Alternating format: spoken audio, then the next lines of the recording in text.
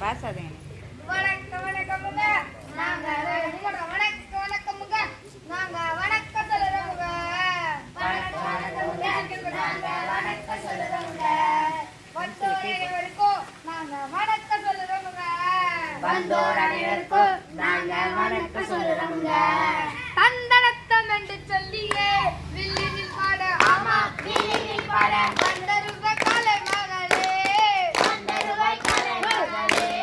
தந்தனத்தம் என்று சொல்லியே வில்லினில் பாட ஆமா வில்லினில் பாட வந்தருவ கலை மகளே வந்தருவாய் கலை மகளே.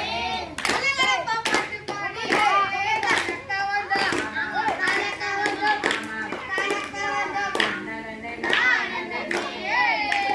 பசுமை பாரம்பரியம் பற்றி வில்லிசையில் பாட வந்தோம். நம்மை பாரம்பரிய பற்றி வில்லிசையில் பாட வந்தோம். பசுந்தமிழ் மொழியாலே கலைவிழாவில் ஆமாம் கலைவிழாவில் ஆமாம் கலைவிழாவில் தன்னுடனே பாட வந்தோம்.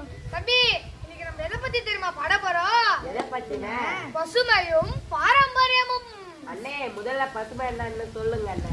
ஊரெங்கும் மரம் இருக்கும் ஊர் நடுவில் குளம் இருக்கும் ஊரெங்கும் மரம் இருக்கும், ஊர் நடுவே குளம் இருக்கும். உள்ளதே உள்ளபடியே சொல்லுற கேளு ஆமாம் சொல்லுற கேளு ஆமாம் சொல்லுற கேளு கண்ணனே நானே.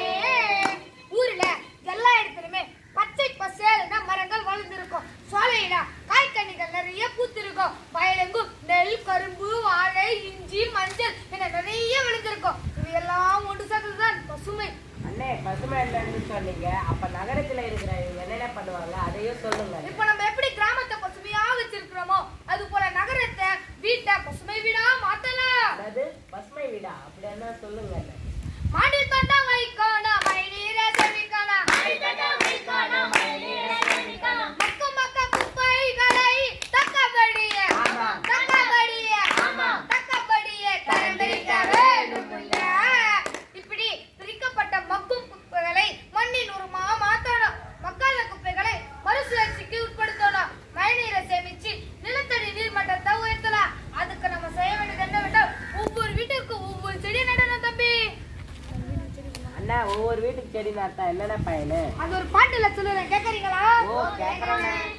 வீட்டுக்கு ஒரு மரம் வளர்ப்போம், மரம் வளர்த்து வளர்க்கணும். வீட்டுக்கு ஒரு